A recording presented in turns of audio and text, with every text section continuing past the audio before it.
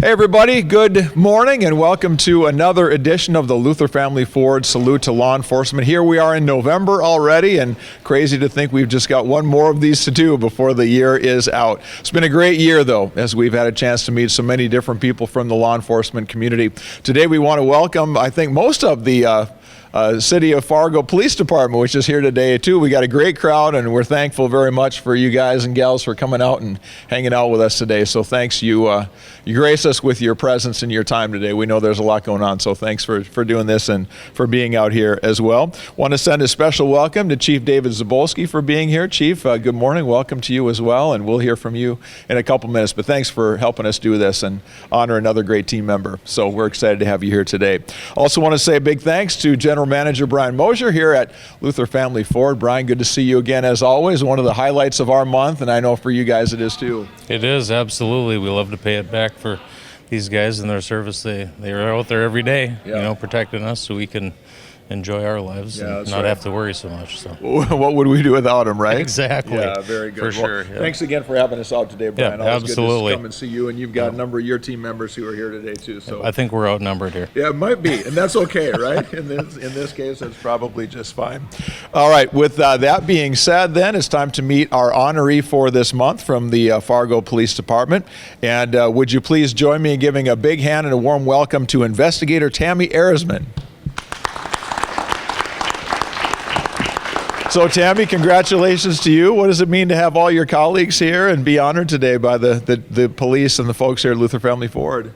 Well, I think it's a big deal that, most of my unit showed up for this. I'm just one person at the department, but, there's a lot of people doing a lot of great work. So to be recognized by my peers that's really important to me. Yeah, well, we're so glad to have you. Congrats and thanks for being here with us today. Thank you. We'll hear more from Tammy in a minute, but first let me tell you a little bit about her. Investigator Tammy Ehresman is a native of Moorhead, Minnesota, graduated from Moorhead High School. She continued her education at Minnesota State University Moorhead, graduated in 1997 with a degree in criminal justice. She attended Lake Region State College in 2015 and obtained her Peace Officer Certificate. She began her career with the Fargo PD after working in the private sector for many years, including the Neighborhood Services Division from 2015 until 2021. In 2021, she was assigned to work in the Criminal Investigations Unit, Adult Violent Crimes at the Fargo Police Department. Ehresman has been a part of the FPD Peer Support Team since 2017 and serves as team lead.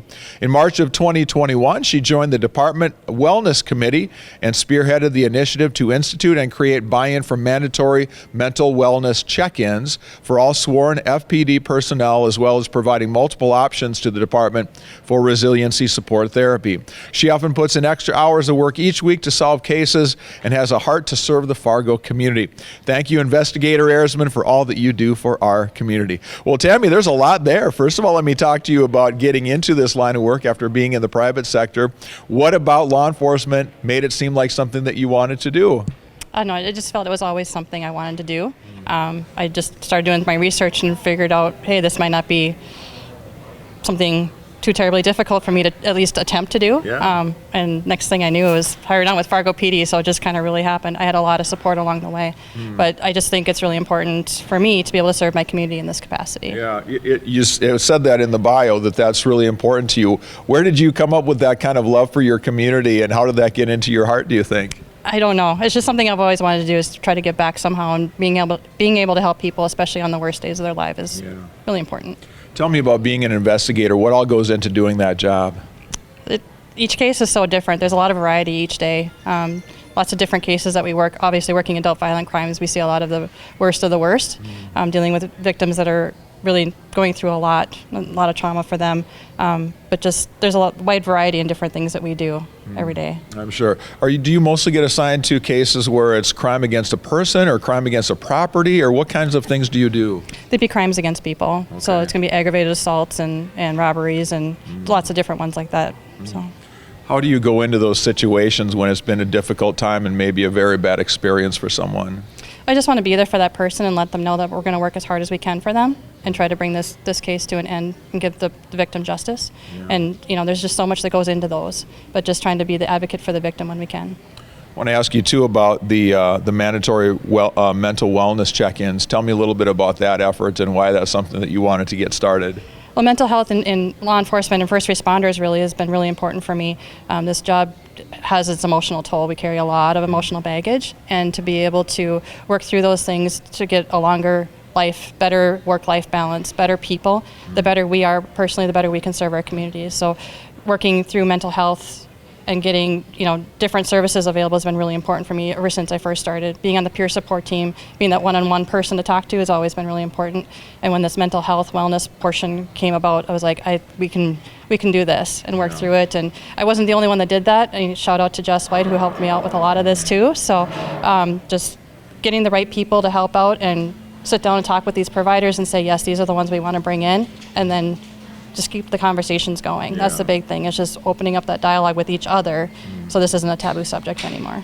What goes through your heart and your mind when you've been able to help somebody at a peer level and really help them get to a better place maybe than where they were before? That's got to be so meaningful. It really is. I've had quite a few people I've had contact with over the years where you can see that the things that we did, even just little things, make a difference, and that's really important to me, knowing that they feel supported. Yeah. How about as an investigator when you're able to put out that case together and you're able to close all the loopholes and you can get that job done and know that, justice was done here, and that maybe someone who has gone through something very bad, at least they have that resolution of being able to have some closure. What does that mean to you? That's important as well. It's good to know that the public feels that, or that person feels that we're doing the best we can for them and they feel like they've been heard. That's a lot of that. Even if we don't have it going to court, maybe it got settled out of court, whatever the case may be, just knowing that the public or that victim feels like we did the best we could for them. Yeah. You've got some colleagues here with you today too, you said. What does it mean to have their support, and what do you love about that team? I love my team. Some of these guys I've known since day one, which is great. So, we all really work together as a team. Whenever we need something, we're helping each other out, no matter what it is, no matter what unit we work in. So I'm just really appreciative of everybody at the PD. I want to ask Chief Sobolski a little bit about Tammy too. David, it certainly seems as though you've got a wonderful team member here, and she not only loves her community, she loves her people, loves her job. It's about as good as it gets for a boss, isn't it? Oh, absolutely. Tammy brings a lot to the table. She's got, as you heard, compassion for people. So not just in terms of what she does as an investigator, she's very detail oriented and closes a lot of cases, but what she does internally for the department, the peer support. She's also on an honor guard team, wellness committee, and so she's involved in a lot of levels, and we really appreciate her efforts. Tell me a little bit about what this department means with investigations. We really want to celebrate them too, and the great work that they do, and many times thankless work. We see the headlines, and we see when there's something that's been resolved or an arrest made, but the team is back there in the background getting the job done every day. Well, and that's exactly right. And we, kind of created an investigator position so that we could start building in detective competencies. And I think the team is doing an outstanding job in terms of our violent crime and our felony property crime. There's a lot of very committed, knowledgeable people working on that team, and that it's a lot of behind-the-scenes work, right? You don't see the interviews or even the interrogations, the evidence collection, the crime scenes, which can be traumatic in themselves, but they do that work very seamlessly. They work together in an outstanding fashion. That's what helps get the job done. Chief, your team has been through a lot over the last few months, and we lost one of your own during those last few months. How's the PD doing? How are you guys doing over there?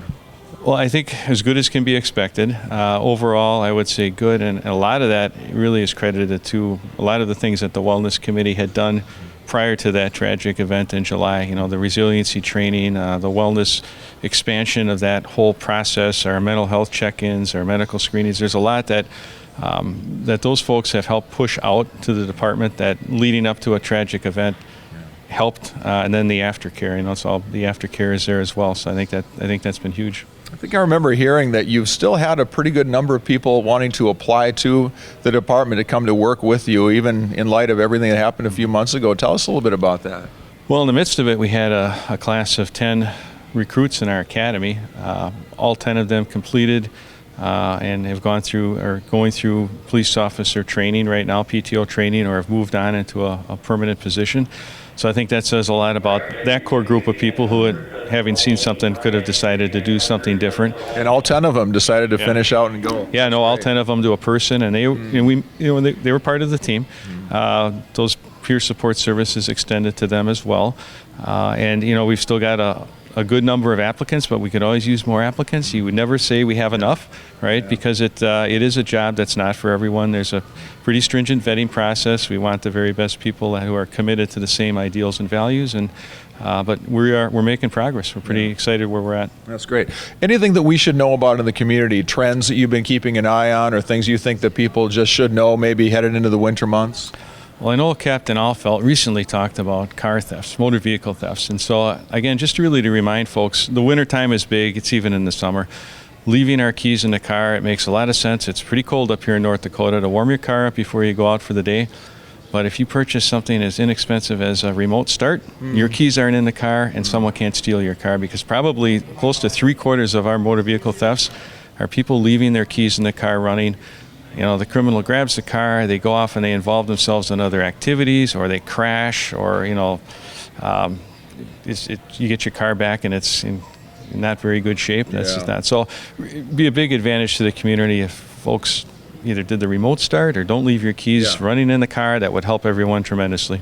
I think I know a guy that can help with some of that. So There you go. Right. probably some people that can do that. Yeah. Thank you very much. God bless you and your team for what you do, and thanks for the unending service that you and your team do to keep our community safe. We appreciate you guys very much. And we appreciate your support as well. Thank you. Thanks so much, Chief Sobolski. All right. Luther Family Ford, Brian's team also donates a $100 gift card for services, oil changes, things like that. And Tammy and I were talking a little bit before we started recording here. And Tammy, you've got a place that you'd like that to go. Tell us a little bit about that. The Gladys Ray Shelter, they deal a lot with our homeless population. I worked downtown when I was on patrol, and they do a lot of work to support the homeless population downtown, get them services. So this little bit can help them out. Yeah, very good. We'll make sure that gets over to them. Sandy's Donuts also saying their thanks. We'll be delivering some goodies here to Luther Family Ford as well as Fargo PD as well. We have created an honoree section on our website, am1100theflag.com, where you can learn a little bit more about Tammy and all of the honorees that we have had go through this program. And in the days ahead, we'll be inviting Tammy to join us as our community VIP with Kevin and Alex on the Need to Know Morning Show on Flag Radio as well. And my last comment, I always like to throw this out before we finish up, but at our company, when law enforcement makes the news, when action is taken, we give benefit of the doubt to the people who protect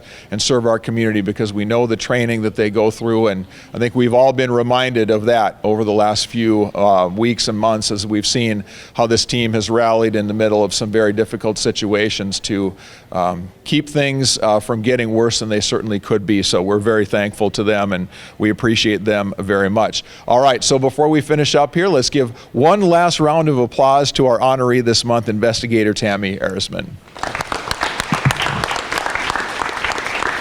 And that'll do it for our ceremony here today. We'll see you back here in December for another edition of the Luther Family Ford Salute to Law Enforcement. Take care.